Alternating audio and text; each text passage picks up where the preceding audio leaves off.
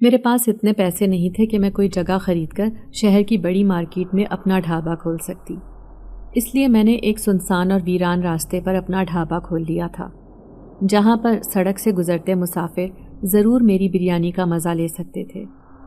میں اکیلی ہی یہ ڈھابا چلانے والی تھی۔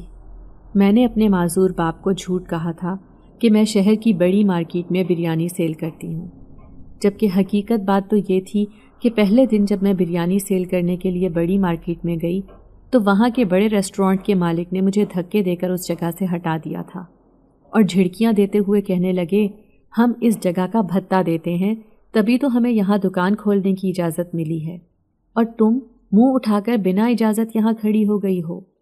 ان کی بات سیدھی میرے دل پر لگی تھی۔ میں روتی ہوئی وہاں سے اپنا ڈھابا لے کر اس ویران اور سنسان جگہ پر آ گئی۔ دل میں خیال آیا کہ رزق دینے والی ذات اللہ کی ہے، جب وہ کیڑے کو پتھر میں بھی روزی دے سکتا ہے تو مجھے کیوں نہیں؟ مجھے اپنے مالک پر بے حد یقین تھا، اسی لیے میں بے خوف و خطر اس جگہ پر آ کر اپنی بریانی سیل کرنے لگی تھی۔ پھر چھوٹا بھائی جو صرف 10 سال کا تھا، اس کی مدد سے میں نے 2-3 کرسیاں بھی یہاں پر لگا لی تھیں۔ میری بریانی کی خوشبو چاروں طرف پھیل جاتی۔ پہلے دن جب میں یہاں کھڑی ہوئی تو مجھے اس بات کی خوشی تھی کہ یہاں سے گزرنے والے ایک کار کے مسافر نے اچانک ہی کار روک کر پلیٹ میں مجھ سے بریانی منگوائی، تو میری خوشی کی انتہا نہ رہی۔ پھر بریانی کھانے کے بعد اس نے پیسے ادا کیے اور کہنے لگا، لڑکی تم نے تو بہت اچھی بریانی بنائی ہے، منہ کا ذائقہ ہی تبدیل ہو گیا۔ وہ میری تعریف کر رہا تھا، میں نے ان کا شکریہ ادا کیا، پھر چھوٹے بھائی کی طرف مسکرا کر دیکھنے لگی جو بہت خوش نظر آ رہا تھا۔ وہ مجھ سے کہنے لگا، باجی لگتا ہے یہاں بھی ہمارا کام چلنے لگے گا۔ میں اسے کہنے لگی، ہاں مایوس نہیں ہوتے، اللہ تعالیٰ رزق دینے والا ہے، وہ ہمیں یہاں پر بھی رزق عطا کر دے گا۔ میں بہت پر امید تھی۔ دوسرے دن چھوٹا بھائی میرے ساتھ آنے لگا تو میں نے اسے منع کر دیا، اس کے اسکول کا حرج ہو رہا تھا۔ میں تو میٹرک کے بعد تعلیم حاصل نہیں کر سکی تھی، لیکن میں نہیں چاہتی تھی کہ چھوٹا بھائی تعلیم سے محروم ہو جائے، اسی لیے اسے اسکول جانے کا کہہ کر میں اکیلی ہی اپنے ڈھابے پر آ گئی تھی۔ بریانی کا پتیلا میں نے سامنے ہی رکھ دیا تاکہ آنے جانے والوں کی نظر اس پر پڑے اور وہ مجھ سے جھٹ پٹ سے بریانی خرید لیں۔ ابھی تھوڑی دیر ہی گزری تھی جب مجھے سامنے سے آتے کچھ نوجوانوں کا قافلہ نظر آیا۔ وہ اسی طرف آ رہے تھے۔ ان کی ہنسی مذاق کی آوازیں مجھے اپنے کانوں میں سنائی دینے لگی۔ میں گھبرا گئی۔ ایک جوان لڑکی تھی اور اتنے سارے مردوں کو دیکھ کر حواس باختہ ہو گئی۔ ویسے بھی بریانی کا کام میں نے چند دن پہلے ہی شروع کیا تھا۔ تبھی وہ سارے مل کر کرسیوں پر بیٹھ گئے اور مجھے بریانی لانے کو کہا۔ میں جلدی جلدی ان پلیٹوں میں بریانی ڈال کر ان کے آگے سرو کر رہی تھی۔ وہ سب خوب مزے لے لے کر بریانی کھا رہے تھے۔ دیکھتے ہی دیکھتے انہوں نے چند لمحوں میں میرا سارا پتیلا خالی کر دیا۔ پھر ان میں سے وہ آدمی جو ترچھی نظروں سے بار بار مجھے دیکھ رہا تھا، میرے پاس آ کر کہنے لگا، بہت ذائقے دار بریانی بنائی ہے تم نے، ہم کسی ایسے ہی باورچی کی تلاش میں تھے۔ لڑکی کیا تم ہمارا ایک کام کرو گی؟ کیسا کام؟ میں اس کی بات سن کر گھبرا گئی تھی۔ دراصل یہاں سے تھوڑی دور ہمارا بنگلہ ہے، وہاں پر ایک بہت بڑی تقریب ہے اور ہمیں ایسی ہی ذائقے دار بریانی بنوانی ہے۔ اگر تم یہ کھانا بنا دو گی تو ہم تمہیں ڈبل معاوضہ دیں گے، جو تمہاری 1 مہینے کی کمائی سے بھی زیادہ ہوگا۔ اتنے پیسوں کا سن کر تو میں لالچ میں ہی پڑ گئی تھی۔ بغیر سوچے سمجھے انہیں کہہ دیا کہ ٹھیک ہے، میں ضرور بریانی بنانے آ جاؤں گی، آپ بس مجھے وہاں کا ایڈریس دے دیں۔ انہوں نے کاغذ پر ایڈریس لکھا اور وہ سب قافلے کی صورت میں یہاں سے روانہ ہو گئے۔ میں دور تک انہیں جاتا دیکھتی رہی، پھر خوشی خوشی وہ پرچہ سنبھال کر اپنے پاس رکھ لیا۔ میں بڑے بڑے خواب سجا رہی تھی، یہ جانے بنا کہ آنے والے وقت میں مجھے کس قدر پریشانی کا سامنا کرنا پڑ سکتا ہے۔ میرا نام خولا ہے، میرا تعلق ایک انتہائی غریب گھرانے سے تھا۔ میرے ابا ایک ہوٹل پہ کام کرتے تھے، جس کی وجہ سے میں اکثر ہوٹل کا سالن امی ہی بنا کر دیتی تھی اور روٹیاں بھی ہم دونوں ماں بیٹی تیار کر دیتی تھی۔ ہوٹل کا مالک دوسرا تھا، لیکن ابا صرف وہاں کے ملازم تھے۔ یوں ہمیں ہوٹل پہ کام کرنے کا اچھا خاصا تجربہ ہو گیا تھا۔ ہم صرف 2 ہی بہن بھائی تھے۔ ہمارا گھر کرائے کا تھا کیونکہ میرے ابو بہت غریب تھے، ساری زندگی وہ اپنا گھر نہیں خرید سکے، اور ان کے والد یعنی کہ میرے دادا ان کے پاس بھی اپنا ذاتی مکان نہیں تھا۔ یہی وجہ تھی کہ ساری زندگی ہم نے کرائے کے گھروں میں دھکے کھائے تھے۔ لیکن بدقسمتی یہ تھی کہ ایک بار ابو ہوٹل سے گھر کی طرف آ رہے تھے جب ان کا ایک روڈ ایکسیڈنٹ ہو گیا۔ اس میں ابو کی زندگی تو بچ گئی، لیکن وہ ایک ٹانگ سے معذور ہو گئے۔ ابھی بھی انہیں مہنگے علاج کی ضرورت تھی، لیکن ہمارے اندر اتنی سکت نہیں تھی۔ میرا اور امی کا تو رو رو کر برا حال تھا، کیونکہ ابو ہی ہمارا سہارا تھے۔ میں صرف 18 سال کی تھی، جبکہ مجھ سے چھوٹا 8 سال کے بعد پیدا ہونے والا میرا بھائی معیز، وہ ابھی اسکول میں پڑھائی کر رہا تھا۔ میں اس دن پریشان چہرہ لیے بیٹھی تھی جب میرے پڑوس میں رہنے والی دوست سعدیہ مجھ سے ملنے آئی۔ وہ مجھے پریشان دیکھ کر کہنے لگی، ہمت والی بنو، آخر تمہیں ہی گھر چلانا ہے، تم اس گھر کی بڑی بیٹی ہو۔ دیکھو آج کل لڑکیاں وہ کام کر رہی ہیں جو لڑکے بھی نہیں کرتے۔ کیا مطلب ہے تمہارا؟ میں اس کی بات پر چونک گئی تھی۔ دیکھو تمہیں کتنا اچھا لذیذ کھانا بنانا آتا ہے۔ اکثر محلے کی عورتیں اپنی بیٹی کی منگنی یا پھر میلاد وغیرہ میں کھانا بنوانے کے لیے تمہیں بلا کر لے جاتی ہیں، تو پھر تم اس ہنر کو اپنی روزی کیوں نہیں بنا لیتی؟ اس کی بات میرے دل پر لگی تھی۔ پھر میں نے بریانی کا ڈھابا بنانے کا فیصلہ کیا، کیونکہ امی کی کمیٹی کھلی تھی۔ امی تو سوچ رہی تھی کہ اس سے ابو کی مصنوعی ٹانگ لگوا دیں، لیکن میں چاہتی تھی کہ ابو کا ایک ہی بار اچھے سے علاج ہو جائے، اور یہ رقم اتنی کم تھی کہ ابو کا علاج ادھورا رہ جاتا۔ انہی پیسوں سے میں نے اللہ کا نام دیا اور بریانی کا ڈھابا لگا کر کام شروع کر دیا۔ پہلے پہل تو میں مارکیٹ میں گئی تو لوگوں کا رویہ دیکھ کر دل برداشتہ ہو گئی۔ وہ مجھے برداشت کرنے کو تیار ہی نہیں تھے، کیونکہ ان کے بڑے بڑے ریسٹورنٹس تھے، ان کے گاہک بن چکے تھے۔ جبکہ جب میری بریانی کی خوشبو دور دور تک لوگوں کو محسوس ہونے لگی تو ایک رش سا میرے ڈھابے پر جمع ہو گیا، اور یہی بات ان دکانداروں کو ناگوار گزری۔ انہوں نے مجھے وہاں سے ذلیل کر کے بھگا دیا تھا، تو میں نے اس سنسان اور ویران راستے پر ہی اپنا ڈھابا کھول دیا۔ پہلے پہل تو مجھے ڈر لگا اور چھوٹے بھائی کو ساتھ لے کر آنے لگی، لیکن جب دیکھا کہ اس کی پڑھائی کا حرج ہو رہا ہے تو اسے میں نے اسکول پڑھنے پر زور دیا اور اکیلے ہی اپنا ڈھابا چلانے لگی۔ لیکن آج چند لوگ جو قافلے کی صورت میں میرے ڈھابے پر بریانی کھانے آئے تھے، انہوں نے مجھے ایک بہت بڑی تقریب کا آرڈر دے دیا، تو میں خوش ہو گئی۔ گھر جا کر خوشی خوشی ابا سے کہا کہ مجھے ایک بہت بڑا آرڈر ملا ہے، وہاں جا کر کام کروں گی تو ہزاروں روپے ملیں گے۔ ابا کہنے لگے، بیٹا دیکھ بھال کے جانا، کئی بار ایسا ہوتا ہے کہ لوگ غلط بھی ہوتے ہیں، تم جیسی معصوم بھولی بھالی لڑکی سے کوئی فائدہ نہ اٹھا لے۔ ابا اکثر مجھے زمانے کی اونچ نیچ سمجھاتے رہتے تھے، لیکن میں نے انہیں کہا کہ آپ بے فکر رہیں، آپ کی بیٹی اب اتنی بھی پاگل نہیں ہے۔ دوسرے دن میں اس بتائے ہوئے ایڈریس پر پہنچ گئی تھی۔ یہ ایک خوبصورت بنگلہ تھا جس کی سرخ اینٹیں بتا رہی تھیں کہ اسے بہت شاندار طریقے سے تعمیر کیا گیا ہے۔ جیسے ہی میں دروازے سے اندر گئی تو اندر کے ماحول نے مجھے چونکا دیا، کیونکہ ہر طرف سناٹا چھایا ہوا تھا۔ ایسے لگ رہا تھا جیسے صدیوں سے یہاں کوئی بھی نہ آیا ہو، اور تو اور لان کی گھاس جو بالکل سوکھ چکی تھی اور پودے بھی بالکل مرجھا گئے تھے۔ مجھے ان سب کی حالت دیکھ کر افسوس ہوا۔ میں بار بار اس ایڈریس کو دیکھ رہی تھی، کیونکہ پتہ تو یہی لکھا تھا، پھر اس گھر میں کوئی موجود کیوں نہیں ہے؟ میں نے دیکھا مرکزی دروازے مکمل طور پر بند تھے، صرف بڑا گیٹ ہی کھلا ہوا تھا۔ پھر میں ایسے ہی گھومتی پھرتی دوسری طرف آ گئی۔ یہاں تو جیسے الگ ہی دنیا آباد تھی، یہاں پر عجیب سی ہلچل محسوس ہو رہی تھی۔ جیسے ہی میں اندر آئی تو لوگوں کا ہجوم دیکھ کر میری جان میں جان آئی۔ وہاں پر خوبصورت ملبوسات پہنے لڑکیاں لڑکے جھوم رہے تھے۔ ابھی چونکہ رات کا وقت تھا، اسی لیے ان کے کپڑے ستاروں کی طرح جلملا رہے تھے۔ میری نظریں اسی آدمی کو تلاش کر رہی تھی جس نے مجھے یہاں آ کر کھانا بنانے کا آرڈر دیا تھا۔ تبھی میں پاس سے گزرتی لڑکی کو پکارنے لگی تو وہ مجھے ایسے دیکھنے لگی جیسے میرے سر پر سینگ ہو۔ یہاں کس نے بلایا ہے تمہیں؟ وہ تیز شور میں میرے کانوں میں آ کر چیخی تو میں بری طرح ڈر گئی۔ میں کھانا بنانے آئی ہوں، میں گھبراتے ہوئے اسے بتانے لگی۔ اب اس نے سر ہلا دیا تھا۔ اچانک ہی اس نے میرا ہاتھ تھاما تو میری نظر اس کے ہاتھ پر پڑی۔ اس کے پنجے نما ہاتھ دیکھ کر تو میرے منہ سے بے اختیار چیخ نکلی تھی، جبکہ شکل سے وہ ایسی نہیں لگ رہی تھی بلکہ بہت خوبصورت دکھائی دے رہی تھی۔ وہ مجھے اپنے ساتھ ایسے لے کر جا رہی تھی جیسے گھسیٹ رہی ہو۔ اس نے مجھے ایک کمرے کی طرف جانے کا اشارہ کیا۔ اتنے لوگوں کی موجودگی میں میں بہت زیادہ گھبرا رہی تھی۔ پھر بھی اس کمرے کا دروازہ کھول کر اندر چلی گئی۔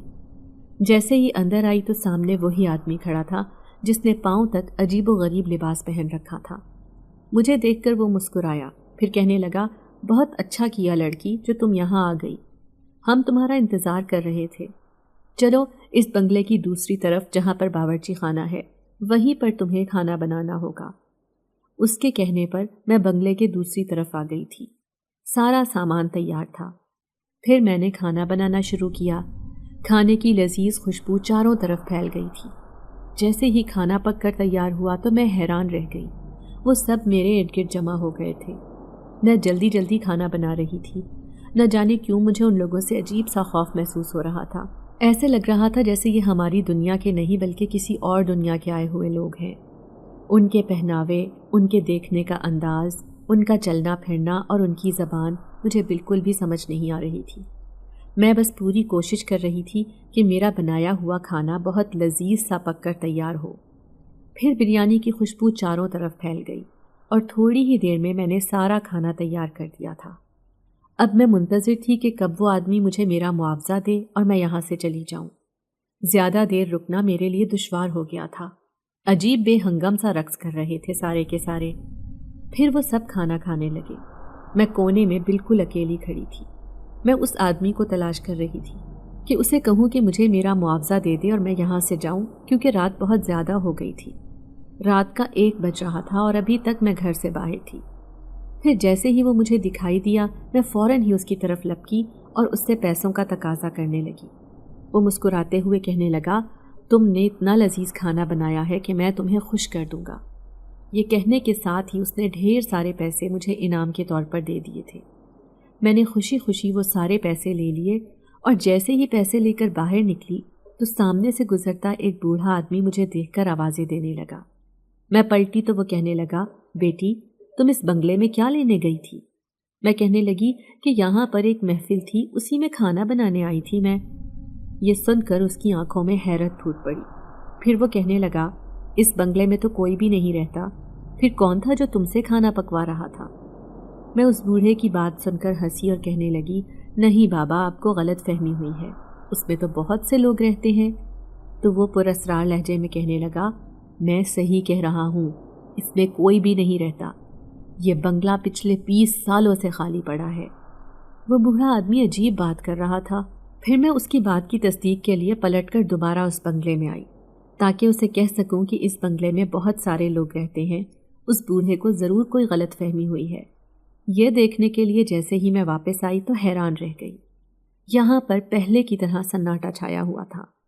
پھر میں گھوم پھر کر اسی جگہ پر آئی تھی لیکن یہاں پر کوئی بھی نہیں تھا۔ اب تو میں حیرت سے دنگ رہ گئی۔ کچھ دیر پہلے کا منظر اچانک کیسے بدل سکتا ہے؟ میں اپنا سر دونوں ہاتھوں میں تھامے کھڑی تھی جب اچانک ہی کسی نے میرے کندھے پر ہاتھ رکھا۔ میں اچھل پڑی۔ سامنے وہ لڑکی کھڑی تھی جس کی خوفناک شکل دیکھ کر میں چیخیں مارنے لگی تھی اور وہ میرے پیچھے پیچھے ہی آ رہی تھی، جبکہ میں پاگلوں کی طرح باہر کا دروازہ ڈھونڈ رہی تھی۔ لیکن یہ دیکھ کر میری جان نکل گئی کہ اس دروازے کو کسی نے باہر سے بند کر دیا تھا۔ تو کیا میں اس گھر میں قید ہو چکی ہوں؟ یہ دیکھ کر میری جان نکلنے کو ہو گئی تھی، جبکہ وہ لڑکی مجھ سے چند قدم کے فاصلے پر کھڑی تھی۔ پھر 2 قدم چلتی ہوئی وہ میرے قریب آئی اور کہنے لگی، یہ راز کسی کو نہ بتانا کہ ہم یہاں پر رہتے ہیں۔ ہم انسان نہیں بلکہ جنات ہیں، اور تم آج جنات کی محفل میں کھانا بنانے آئی تھی۔ ہمیں جب بھی تمہاری ضرورت ہوگی ہم تمہیں یہاں پر بلوا لیں گے۔ ہمارے بارے میں کسی کو کچھ بھی نہ بتانا۔ وہ مجھے تنبیہ کر رہی تھی۔ میں نے اس کی بات پر سر ہلا دیا۔ تبھی خود بخود دروازہ کھلا تو میں سرپٹ بھاگنے لگی، لیکن شکر تھا کہ پیسے ابھی تک میرے پاس ہی تھے۔ وہ میں نے اپنے دوپٹے میں چھپا کر سنبھال لیے تھے۔ گھر گئی تو امی میرا پریشان چہرہ دیکھ کر خود بھی پریشان ہو گئی۔ کہنے لگیں کیا ہوا ہے، لیکن میں نے انہیں کچھ بھی نہ بتایا اور چپ چاپ وہ پیسے ان کے حوالے کر دیے۔ آج پہلی بار ایسی کسی صورتحال سے میرا سامنا ہوا تھا۔ میں سوچ بھی نہیں سکتی تھی کہ اس بنگلے میں جنات رہتے ہوں گے۔ یقیناً اس دن میرے ڈھابے پر آنے والا وہ قافلہ جنات کا تھا جنہیں میں انسان سمجھ رہی تھی، لیکن اس لڑکی کی بات سوچ کر میں خوفزدہ ہو گئی کہ جب بھی انہیں میری ضرورت پڑے گی تو وہ مجھے یہاں بلوا لیں گے۔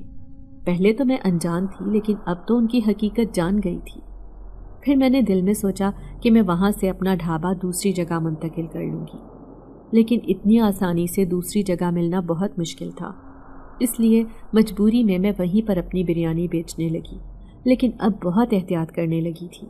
اس لیے رات کے 8 بجے سے پہلے ہی میں اپنا ڈھابا بند کر دیتی تھی، کیونکہ میں نہیں چاہتی تھی کہ اس دن کی طرح دوبارہ مجھے کسی ایسی صورتحال کا سامنا کرنا پڑے۔ اب میں چونکہ اکیلی ہی اس سڑک پر کھڑی رہتی تھی، تو آتے جاتے آوارہ لڑکے مجھے تنگ کرنے لگے۔ میں جانتی تھی کہ یہاں سے تھوڑی دور کالج ہے جہاں لڑکے پڑھتے ہیں۔ وہی لڑکے میرے ڈھابے کے ارد گرد جمع ہو جاتے تھے اور طرح طرح کے فقرے کستے تھے۔ میں جلدی جلدی کام کر رہی ہوتی تھی، لیکن اب مجھے بہت سی پریشانیوں نے گھیر لیا۔ جب محسوس ہونے لگا کہ مجھے اکیلا دیکھ کر لڑکے مجھے تنگ کرتے ہیں، میں اس صورتحال سے خود کو نکال نہیں پا رہی تھی، اور گھر چلانا بھی بہت مشکل ہو گیا تھا۔ اس دن ڈھابے پر آئے لڑکوں نے مجھے اتنا پریشان کیا کہ میں گھر جاتے ہی رونے لگی۔ امی بار بار مجھ سے پوچھ رہی تھیں کہ کیا بات ہے، بتاؤ کوئی پریشانی ہے، لیکن میں نے انہیں کچھ نہ بتایا۔ میں جانتی تھی کہ اگر انہیں میں نے یہ بات بتا دی تو وہ مجھے دوبارہ بریانی سیل کرنے نہیں دیں گی، اور پھر گھر کا گزارا کیسے ہوگا؟ ابا کی دوائیاں بھی بہت مہنگی تھیں۔ ابا سے تو میں کوئی بات کرتی ہی نہیں تھی، وہ تو اپنی معذوری کی وجہ سے ہی پریشان رہتے تھے، اور ساتھ میں مجھے یہ بھی کہتے کہ تم جوان لڑکی ہو، خدا نخواستہ تمہارے ساتھ کچھ ہو گیا تو میں خدا کو کیا منہ دکھاؤں گا کہ میں تمہاری حفاظت نہ کر سکا۔ میں انہیں تسلی دیتی کہ ایسا کچھ نہیں ہوگا، ہمارا دل صاف ہے اور خدا بھی ہمارے ساتھ ہے۔ میں ایسے ہی ابا کا دل بہلاتی رہتی تھی۔ اب ڈھابے پر جانے میں احتیاط کرنے لگی۔ ایک طرف تو ان جنات کا خوف، اور دوسری طرف وہ آوارہ لڑکے جو مجھے ہر وقت تنگ کرتے رہتے تھے۔ لیکن ایک دن میں بہت خوش ہوئی جب ایک آدمی میرے ڈھابے پر آیا۔ وہ کہنے لگا کہ میری بیٹی کی شادی ہے اور تمہاری بریانی کا ذائقہ بہت لذیذ ہے، میں چاہتا ہوں کہ ایسی ہی ذائقے دار بریانی تم میری بیٹی کی شادی میں آ کر بناؤ، میں تمہیں منہ مانگا معاوضہ دوں گا۔ یہ سن کر تو میں بہت خوش ہوئی اور کہنے لگی کہ ٹھیک ہے، میں وقت پر پہنچ جاؤں گی۔ آج سے ٹھیک 7 دن بعد اس کی بیٹی کی شادی تھی۔ میں نے انگلیوں پر حساب لگا کر اچھی طرح یاد دہانی کر لی تھی۔ مجھے اسی ہال میں پہنچنا تھا جو شہر سے تھوڑا دور بنا ہوا تھا۔ پہلے تو میرا دل چاہا کہ میں چھوٹے بھائی کو اپنے ساتھ لے کر وہاں جاؤں، لیکن پھر اس کے پیپرز ہو رہے تھے اور وہ رات کو پڑھائی بھی کرتا تھا، اس لیے میں نے اسے تنگ کرنا مناسب نہیں سمجھا۔ پھر یہ دن کاٹنے مشکل ہو گئے۔ میں بار بار سوچ رہی تھی کہ مجھے جو بھی پیسے ملیں گے میں ڈاکٹر سے بات کر کے ابا کو ہسپتال میں داخل کروا دوں گی، پھر تھوڑے اور پیسے جمع کر کے ابا کی سرجری ہو جائے گی۔ ایسے ہی کتنے خواب میری آنکھوں میں سجے تھے۔ پھر وہ دن بھی آ گیا جب مجھے اس لڑکی کی شادی میں جا کر کھانا بنانا تھا۔ میں نے پھٹے پرانے کپڑے پہن لیے تھے، کیونکہ کام پر جاتے وقت میں ہمیشہ اپنے پرانے کپڑے استعمال کرتی تھی، کیونکہ ان پر تیل وغیرہ لگ جایا کرتا تھا۔ امی میری حالت دیکھ کر کہتی کہ تمہارے اس کام نے تو تمہارا بننا سورنا بھی چھڑوا دیا ہے۔ میں ٹھنڈی سانس بھر کر رہ گئی۔ میرے لیے سب سے ضروری ابا کی سرجری تھی، کیونکہ ان کی سرجری میں لاکھوں روپیہ خرچ ہونا تھا، اور وہ لاکھوں روپیہ جمع کرنے کے لیے ابھی مجھے بہت کام کرنا تھا۔ پھر میں اسی شادی ہال میں پہنچ گئی جہاں پر پچھلے حصے میں بہت سی دیگیں رکھی ہوئی تھی۔ میں نے دیکھا وہاں اور بھی لوگ کھانا بنا رہے تھے۔ میں بھی جلدی جلدی اپنی بریانی تیار کرنے لگی۔ بریانی کی 3 دیگیں جن میں اچھی طرح مسالے ڈال کر میں نے چڑھا دیے تھے۔ ان کی لذیذ خوشبو چاروں طرف پھیل گئی۔ میں چاہتی تھی کہ میری بریانی کا ذائقہ اس قدر لذیذ ہو کہ مجھے اور بھی شادی کے آرڈرز مل جائیں، اسی لیے پوری دلجمی کے ساتھ کام کر رہی تھی۔ 2-3 گھنٹوں کی محنت کے بعد بریانی پک کر تیار ہو گئی۔ مجھے شدید گرمی بھی لگ رہی تھی کیونکہ میں اتنی دیر سے چولہے کے پاس کھڑی تھی۔ تبھی ایک آدمی آ کر کہنے لگا، وہ ساتھ میں ایک کمرہ ہے، تم وہاں جا کر بیٹھ جاؤ جب تک مالک آ کر تمہیں تمہارا معاوضہ دیتا ہے۔ میں نے اس کا شکریہ ادا کیا اور اس کے بتائے ہوئے کمرے میں جا کر بیٹھ گئی۔ لیکن ابھی مجھے اس ہال میں موجود کمرے میں بیٹھے تھوڑی ہی دیر ہوئی تھی کہ اچانک کمرے میں بنے ہوئے واش روم سے مجھے کسی لڑکی کے رونے کی آواز آئی۔ کوئی سسکیوں سے رو رہا تھا۔ میں نے جیسے ہی دروازہ کھولا تو میں حیران رہ گئی۔ وہ لال جوڑے میں ملبوس ایک دلہن تھی جو بری طرح آنسو بہا رہی تھی۔ میں اسے دیکھ کر حیرت زدہ رہ گئی۔ بھلا کوئی لڑکی اپنی شادی کے دن کیسے رو سکتی ہے؟ اسے تو خوش ہونا چاہیے، جو اسے ایک نئی زندگی ملنے والی تھی، نئے ہم سفر کے ساتھ وہ اپنی زندگی گزارنے والی تھی، لیکن اسے یوں روتے ہوئے دیکھ کر میں حیران رہ گئی تھی۔ تبھی اس نے پلٹ کر مجھے دیکھا اور دائیں بائیں دیکھنے لگی کہ کوئی ہے تو نہیں۔ پھر سرگوشی میں کہنے لگی، مجھے تمہاری مدد چاہیے۔ اس کی بات پر میں حیرت سے اچھل پڑی تھی۔ کیسی مدد؟ میں یہ شادی نہیں کرنا چاہتی، یہ سب میرے ساتھ زبردستی کر رہے ہیں، تم میری جگہ دلہن بن جاؤ۔ لیکن ایسا کیسے ہو سکتا ہے بھلا؟ میں تمہاری جگہ کیسے دلہن بن سکتی ہوں؟ کچھ ہی دیر میں تمہاری بارات آنے والی ہے۔ تم کیوں نہیں کر سکتی؟ دیکھو جس سے میری شادی ہو رہی ہے وہ بہت دولت والا ہے، تمہاری قسمت بدل جائے گی۔ اس کے پاس اتنے پیسے ہیں کہ تم جو یہاں آ کر کام کر رہی ہو، کل کو شہزادی کی طرح گھر میں عیش کرو گی۔ اس لیے میری بات مانو اور تم یہ دلہن کا لباس پہن لو۔ اس کی بات سن کر میں بالکل خاموش ہو گئی تھی۔ تبھی اس نے اپنے سارے سونے کے زیورات اتار کر مجھے پہنا دیے۔ اب وہ مجھے اپنا سوٹ پہنا رہی تھی۔ پھر سرگوشی میں کہنے لگی، میں یہاں سے ہمیشہ کے لیے جا رہی ہوں، اور اب میری نہیں بلکہ تمہاری بارات آئے گی اور تم رخصت ہو کر جاؤ گی۔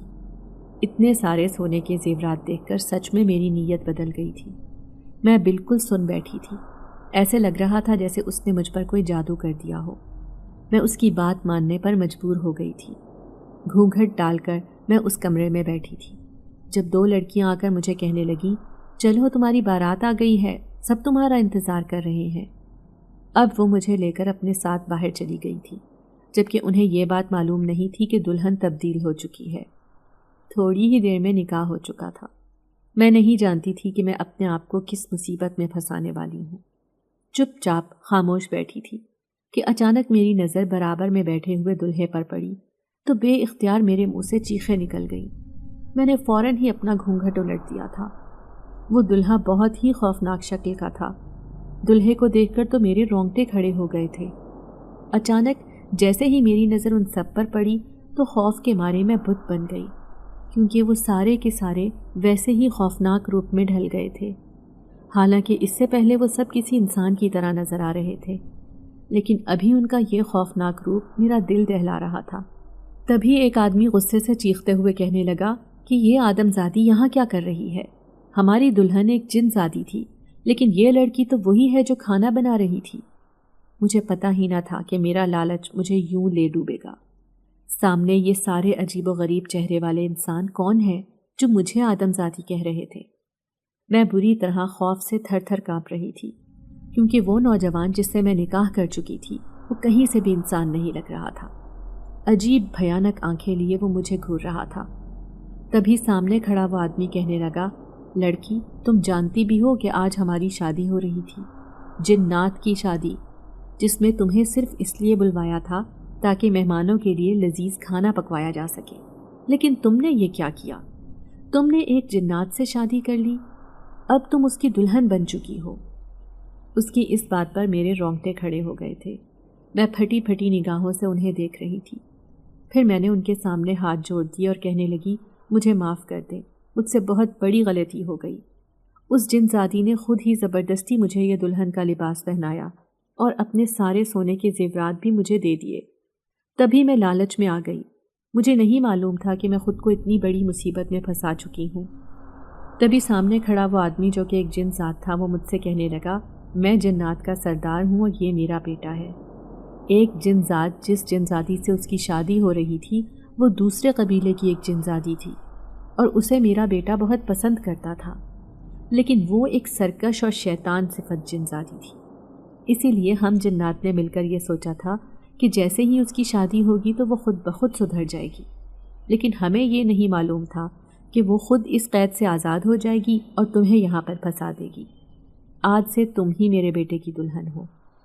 ایک بار ہم جنات کی کسی سے شادی ہو جائے تو ہم ساری زندگی اس کا پیچھا نہیں چھوڑتے ہیں۔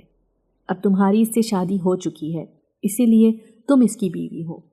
ہم تمہیں وقتی طور پر تمہاری دنیا میں بھیج رہے ہیں، لیکن یاد رکھنا اب تم کسی سے بھی شادی نہیں کر سکتی، اور وہ جن زادی جو تمہیں یہ سارے زیورات دے کر گئی ہے وہ تمہارے ہیں، کیونکہ وہ یہ سارے زیورات اپنے قبیلے سے لے کر آئی تھی۔ انہیں تم اپنے ساتھ لے کر جا سکتی ہو۔ میں ڈرتے ڈرتے یہاں سے باہر آ گئی تھی۔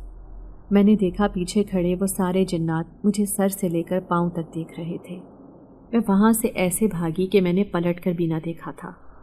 دلہن کے لال جوڑے میں ملبوس میں پاگلوں کی طرح سڑک پر بھاگ رہی تھی۔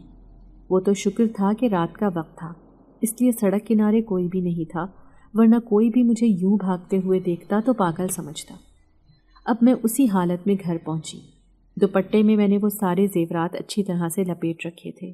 امی نے جیسے ہی دروازہ کھولا تو وہ مجھے ایسی حالت میں دیکھ کر اپنے ہوش کھو بیٹھی۔ یہ کیا کیا تم نے؟ شادی کر لی ہے کیا؟ دلہن کا لباس کیوں پہن رکھا ہے؟ انہوں نے مجھ پر سوالات کی بوچھاڑ کر دی تھی، جبکہ میں کہنے لگی امی مجھے سانس لینے دو، میں سب آپ کو بتاتی ہوں۔ میری آنکھوں میں دہشت تھی۔ امی بھی مجھے دیکھ کر خوفزدہ ہو گئی۔ جیسے ہی میں نے وہ سارے زیورات ان کے سامنے رکھے تو وہ حیران رہ گئی، کہنے لگی اتنے سارے زیورات کہاں سے آئے؟ کہیں تو نے شادی میں جا کر چوری تو نہیں کر لی ہے؟ میں نے نفی میں سر ہلایا اور کہنے لگی نہیں امی، ان زیورات کی میں نے بہت بھاری قیمت چکائی ہے، ایسی قیمت جو میں آپ کو بتا بھی نہیں سکتی۔ میں دونوں ہاتھوں میں سر تھامے بیٹھی تھی، جبکہ امی مجھے دیکھتی رہ گئی۔ میں انہیں کیسے بتاتی کہ میں ایک جن ذات سے شادی کر چکی ہوں؟ اس جن زادی کی باتوں میں آ کر میں اپنے آپ کو ایک بہت بڑی مشکل میں پھنسا چکی تھی۔ اب اس سے نکلنے کا مجھے کوئی راستہ سمجھ نہیں آ رہا تھا۔ اس رات میں بہت تیز بخار میں مبتلا ہو چکی تھی۔ مجھے ایسے لگ رہا تھا جیسے وہ جن ذات آ کر مجھے اپنی دنیا میں لے جائے گا۔ میں بار بار امی کو کہہ رہی تھی کہ آپ میرے پاس ہی بیٹھی رہیں، لیکن 3 دن گزر گئے، مجھے اس کی پرچھائی بھی نظر نہ آئی۔ اب میرے دل سے اس کا خوف قدرے کم ہوا تھا۔ امی کہنے لگی بیٹا بتاتی کیوں نہیں، یہ زیورات کس کے ہیں؟ تو میں نے بہانہ بنا دیا کہ امی یہ مجھے راستے سے ملے تھے، لیکن کچھ لوگ میرے پیچھے پڑ گئے تو اس لیے ان کے خوف سے میں بھاگتی ہوئی آ گئی۔ لیکن تمہارا وہ دلہن کا لباس اور وہ سارے زیورات، مجھے تم پر شک ہو رہا ہے۔ امی مجھے شک کی نگاہوں سے گھور رہی تھی، لیکن میں ان سے کہنے لگی کہ میں نے ایک لڑکی کی جان بچائی تھی، اس لیے اس کا لباس تبدیل کیا تھا۔ میں نے انہیں کچھ بھی سچ نہیں بتایا تھا۔ جب مجھے احساس ہو گیا کہ وہ جن ذات میری زندگی میں واپس نہیں آئے گا تو میں نے اماں سے کہا کہ ہم یہ گھر چھوڑ دیتے ہیں اور دوسری جگہ گھر لے لیتے ہیں۔ ابو بھی میرے اس فیصلے سے حیران تھے۔ پھر میرے اصرار پر ہم نے وہ مکان چھوڑ دیا اور ایک دوسرے شہر میں گھر لے لیا۔ یہاں آ کر سب سے پہلے میں نے ان زیورات میں سے کچھ حصہ بیچ کر ابو کا علاج کروایا تھا۔ ساتھ ہی ساتھ میں نے اپنا بریانی کا ریسٹورنٹ بھی کھول لیا، جس میں میں کام نہیں کرتی تھی، بلکہ صرف وہاں کام کرنے والے ملازموں سے کام کرواتی تھی، اور میرا ریسٹورنٹ بہت اچھا چل رہا تھا۔ دیکھتے ہی دیکھتے میری زندگی اتنی بدل گئی کہ مجھے خود بھی یقین نہ آیا۔ میرے ذہن سے اس جن ذات کا خیال بھی مٹ چکا تھا۔ میں ایسا سمجھتی تھی جیسے میں نے کوئی بھیانک خواب دیکھا ہوگا، اور ویسے بھی کون سا وہ جن ذات آ کر مجھے اپنی دنیا میں واپس لے جائے گا۔ اب میں مطمئن ہو چکی تھی، لیکن نہیں جانتی تھی کہ یہ اطمینان میرا عارضی ہے۔ جہاں پر میں نے ریسٹورنٹ کھولا تھا وہ ایک گھومنے پھرنے والی جگہ تھی۔ وہ ایک جنگل تھا، لیکن اس کے بیچ میں خوبصورت سی جھیل تھی۔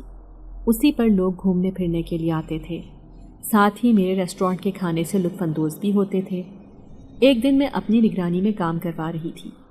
آدھی رات کا وقت تھا، رات کے 11 بجنے والے تھے جب میں نے بہت سارے لوگوں کو اس ریسٹورنٹ کی طرف آتے ہوئے دیکھا۔ وہ عجیب سی نظروں سے مجھے دیکھ رہے تھے، ایسے لگتا تھا جیسے یہ لوگ جانے پہچانے ہیں۔ پھر وہ سب سے آخری والی ٹیبل پر بیٹھ گئے۔ میں نے ایک ویٹر کو ان کے پاس بھیج دیا تھا، لیکن جب وہ ویٹر واپس آیا تو کہنے لگا کہ میڈم وہ لوگ آپ کو بلا رہے ہیں، کہہ رہے ہیں کہ ہمیں ریسٹورنٹ کی مالکن سے ملنا ہے۔ پھر جیسے ہی میں ان کے پاس گئی تو میرے پیروں تلے سے زمین نکل گئی۔ ان کی خوفناک چمکتی ہوئی آنکھیں اور ان کے چہرے میں بھلا کیسے بھول سکتی تھی؟ یہ تو وہی جنات تھے جو میری زندگی میں واپس آ گئے تھے۔ میں آنکھیں پھاڑے انہیں حیرت سے دیکھ رہی تھی۔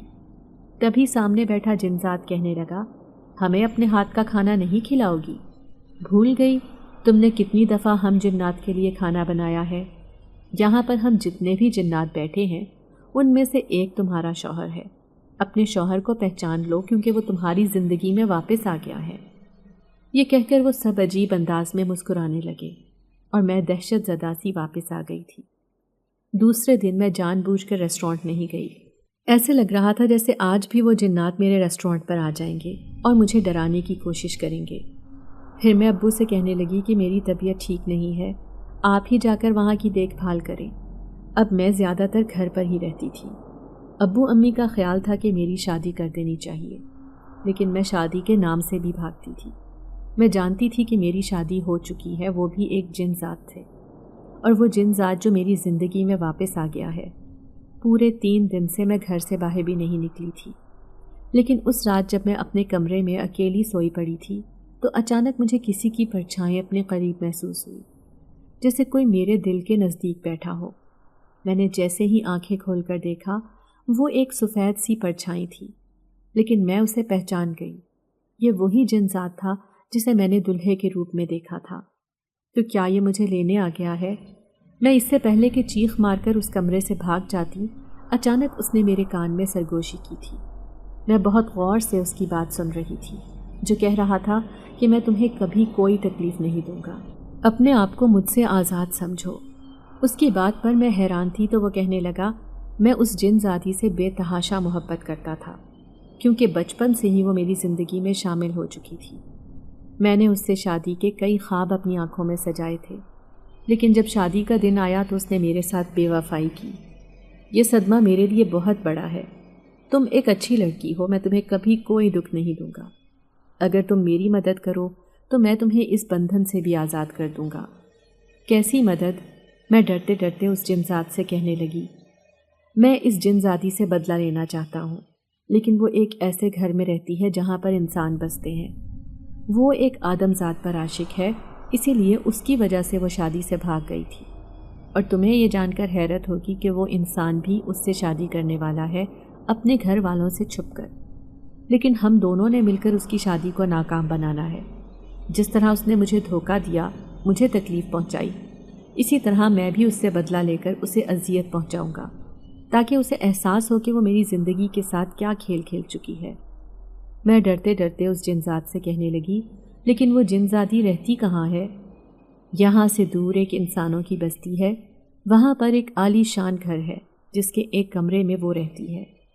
اسی گھر میں رہنے والا ایک نوجوان جو بہت خوبصورت ہے، وہ اس پر خوبصورتی کی وجہ سے عاشق ہو گئی تھی، اور ہم جنات سے نفرت کرتی تھی کیونکہ ہم کالے کلوٹے اور بدصورت ہیں۔ میں چاہتا ہوں کہ اس کی شادی اس انسان سے بھی نہ ہو، کیونکہ اس کے گھر والے اس بات کا علم نہیں رکھتے کہ ان کا بیٹا ایک جن ذاتی پر عاشق ہے۔ اب میں نے اس جن ذات کی مدد کرنے کا فیصلہ کیا تھا، اور اس سے وعدہ کر لیا کہ میں ہر ممکن کوشش کروں گی کہ اس جن ذاتی کو واپس اس کی دنیا میں لا سکوں۔ میری بات سن کر وہ خوش نظر آ رہا تھا، اس کے چہرے پر اطمینان تھا۔ پھر وہ میرے سامنے سے غائب ہو گیا۔ میں جو شدید خوف میں مبتلا تھی، اب مجھے بھی کافی حد تک اس خوف سے چھٹکارا مل گیا تھا۔ لیکن جن ذات نے مجھے اس گھر کا پتہ بتا دیا تھا جس میں وہ جن ذاتی رہتی تھی۔ میں بھی اس نوجوان سے ملنا چاہتی تھی جو ایک جن ذاتی پر عاشق تھا۔ پھر دوسرے دن امی کو بتا کر میں اسی علاقے کی طرف چلی آئی۔ اس جن ذات نے مجھے بتایا تھا کہ سفید دروازے والا گھر وہی ہے جہاں پر وہ جن ذاتی رہتی ہے۔ جیسے ہی میں بہانہ بنا کر اس گھر کے اندر آئی تو میں نے دیکھا اس گھر میں رہنے والے سب عجیب سے خوف میں مبتلا تھے۔ ساتھ ہی وہ نوجوان بیٹھا تھا جو اپنے آپ سے بیگانہ لگ رہا تھا۔ اس کا حلیہ بالکل پاگلوں والا ہو رہا تھا، جبکہ اس کی ماں جو سامنے کھڑی تھی اس کے چہرے پر بھی پریشانی کی کیفیت تھی۔ کون ہو تم بیٹی؟ وہ مجھ سے بڑی نرمی سے سوال کرنے لگی۔ میں نے اس کے کان میں سرگوشی کی اور کہنے لگی، میں آپ کے بیٹے کو بچانے آئی ہوں، مجھے اپنا ہمدرد سمجھے۔ میری بات سن کر اس کی آنکھیں پھٹی کی پھٹی رہ گئی تھیں، جبکہ اس کا بیٹا بھی مجھے گھور کر دیکھ رہا تھا۔ اس کی آنکھوں میں میرے لیے غصہ تھا۔ پھر میں اس عورت سے کہنے لگی کہ آپ جانتی ہیں کہ آپ کے بیٹے کی یہ حالت ایسی کیوں ہے؟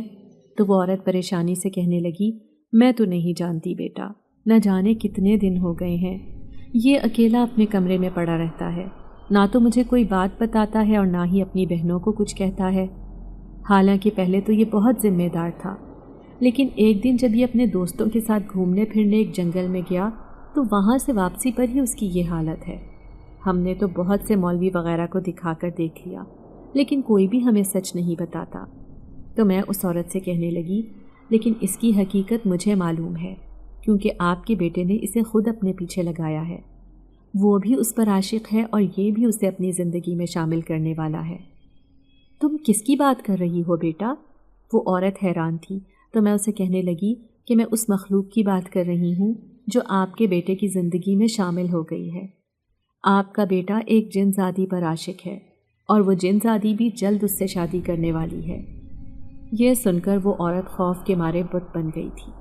وہ کہنے لگی، بیٹا یہ تم کیا کہہ رہی ہو؟ تمہیں ایسا کس نے کہا؟ تو میں کہنے لگی کہ وہ جن زادی آپ کے گھر میں موجود ہے۔ وہ اور بات ہے کہ نہ جانے آپ کو اس بات کا علم ہے یا نہیں۔ تو عورت سر جھکا کر کہنے لگی، محلے پڑوس کے سب لوگ مجھے کہتے ہیں کہ میرے گھر میں سے کسی غیر فطری مخلوق کی آواز آتی ہے۔ وہ سب مجھے کہتے ہیں کہ میں یہ گھر چھوڑ دوں، لیکن میرا دل نہیں مانتا ان کی بات پر یقین کرنے کو۔ لیکن آج جب تم نے مجھے یہ سب بتایا ہے تو ایسا لگتا ہے کہ وہ سب سچ ہی کہتے ہیں۔